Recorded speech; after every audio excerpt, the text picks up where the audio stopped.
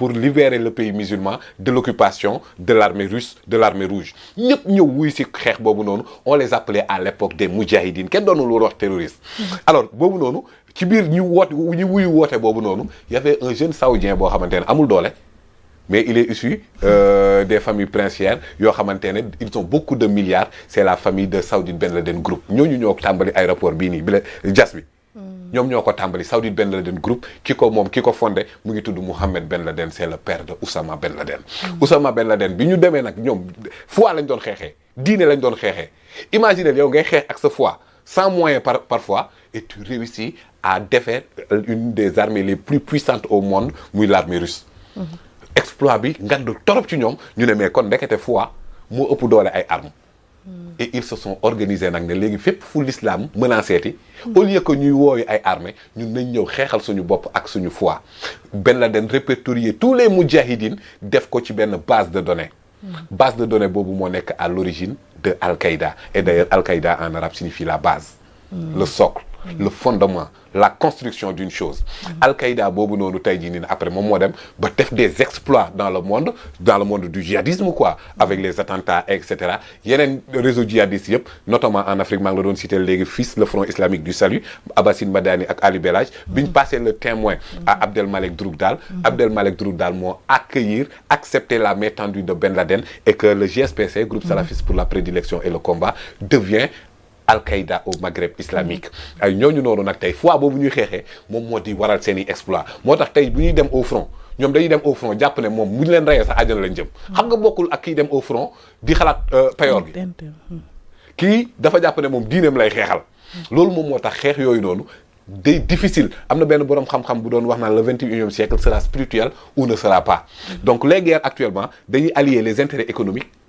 les intérêts spirituels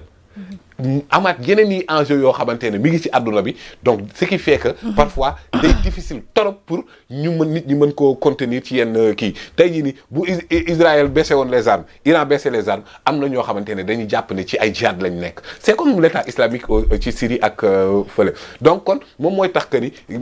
comme sa question est-ce que c'est une guerre mondiale moi je dis que c'est une guerre mondiale c'est une guerre nucléaire oui c'est une guerre nucléaire parce que buñ ragalee ba parce que mooy répondre le fait que ngay wax ne pourquoi ñu ne Iran du ko am parce que li ñuy jàpp ne mooy ne Iran ak ci li nga xam ne moom la yor ci programme nucléaire et tout ça mën na daal di dem ba ci li nga xam ne ni moo di break out nucléaire maanaam dem ba nga xam ne nii li muy am dafay bëri ci ay uranium et tout ça ba nga xam ne dina mën a enrichir et tout ça ba nga xam ne dina mën a fabriquer assez de bombes nucléaires ba nga xam ne dina mën a attaquer mais di ñëwaat ci léegi temps bi sax mu ngi ñuy xoj mais ci côté li nga xam ne ku nekk ak sa motivation ci li ngay xeexee ku ci mel ni Khomeini cité nga ko sànq mais on a vu ñoom attaque bi ñu leen doon def ñoom ba nga xam ne si la perdre doon boo seetee benn loxo beeg yooyu mais du leen doon tee ñu doon continuer seen combat parce que je pense que attaque boobu sax bi mu doon am ñu ngi leen fekkoon ñu doon julli tout ça pour dire que ne est-ce que du loolu résilience boobu ak foi ñoom bi ñuy demee moo tax mais pour terminer comme que temps bi xoj nañu lii bëggoon naa ñu gën cee wax ci ni mu gën a yaatoo xam naa ne beneen mercredi dinañ ci ñëw mais tey jii nii ban solution entre benn Amérique bu si on peut le dire partisane benn France boo xam ne nii peut-être nëbb na bëtam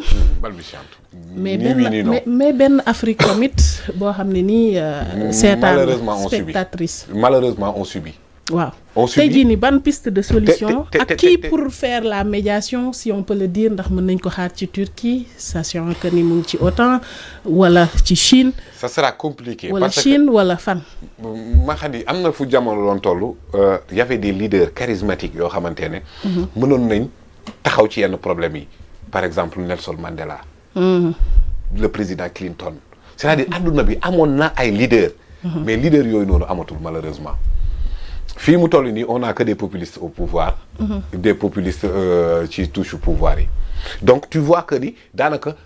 Ukraine ak Russie bi ñuy xeex yi wax nga ko léegi ñun problème bu blé lañ amoon maanaam on subit les conséquences nous mu war ñoo tax nag foofu nga baal ma ñu posé wu question ci ñun nan lañ war a mën a téye suñ bopp ba nga xam ne bu comme on dit bu éléphant yi di xeex suur yi pën di éléphant bu la ci dëgg nga ñàkk te ñun dafa mel ni ci suur yi la ñuy nar a bokk même si d'autres nous disent que notre ancien président peut être secrétaire général des Nations Unies ce qui est une hérésie wala une diversion aussi parce que dama jàpp ne non c'est pas sérieux parce que jàpp ma pour man candidature boobu sax am dugg ci beneen débat waaw non le rôle de l'Afrique je veux dire parce que on a eu Kofi Annan Kofi Annan Boutros Ghali lan la ñu apporter en termes de plus-value sur la scène internationale moo tax Afrique à chaque fois ma koy wax ñu booloo den benn tey la France est membre permanent du Conseil de sécurité des Nations Unies qu'est-ce qu'elle représente sur le plan de la puissance parce que moom dafa ne moom mooy porter la voix de l'Afrique pourquoi l'Afrique ne peut pas porter sa propre voix pourquoi on est obligé de se dem defi joxe procuration France pour quel motif? C'est ça et que on ne peut plus rester vulnérable au choc extérieur mais parce que effectivement à chaque fois quand il y a des problèmes dit exactement li nga xamante ne vulnérable au choc extérieur alors à chaque fois parce que en fait dirigeants yi ñu am aussi dañoo manquer de leadership la plupart il y a des gens qui ont de la légitimité historique il y a des gens qui ont de la légitimité populaire le président Diomaye il y a des gens qui ont de la légitimité souverainiste le capitaine Traoré am na ñoo xamante ne am nañ yeneen xeetu légitimité mais dëgg gëdd bi ñu war a am ñun ñoo warul mën a jox ay procuration ñeneen ñoo xamante ne ñoo ñuy waxal wala ñoo ñuy jëfal et je voudrais terminer par là parce que daf ma ñor ndax dama jàpp ne en fait on essaie de berner les Sénégalais en nous disant que notre ex-président peut devenir secrétaire général des Nations Unies muy non pour man dañuy sóob rek il n'est même pas candidat loolu laa gëm parce que en fait SDA aux Nations Unies rotation la non ce n'est même pas le tour de l'Afrique c'est le tour de l'Amérique latine kon donc naka ngay mën a nekk candidat te yow du sa sax nekkul sax sa tour xam nga les Nations Unies man wax naa la léegi ñoo créé état d'Israël donc am na yu ñuy def yu bëri yoo xam ne mi ngi xew ci àdduna bi il ne faut rien du tout alors donc sa temps bi xoñ na la kon garaawul nan ko dog bu beneen yoon y a pas de souci. De toute façon waaw xanaa Dieng la. waaw Dieng du Lalla elle fait bien les choses.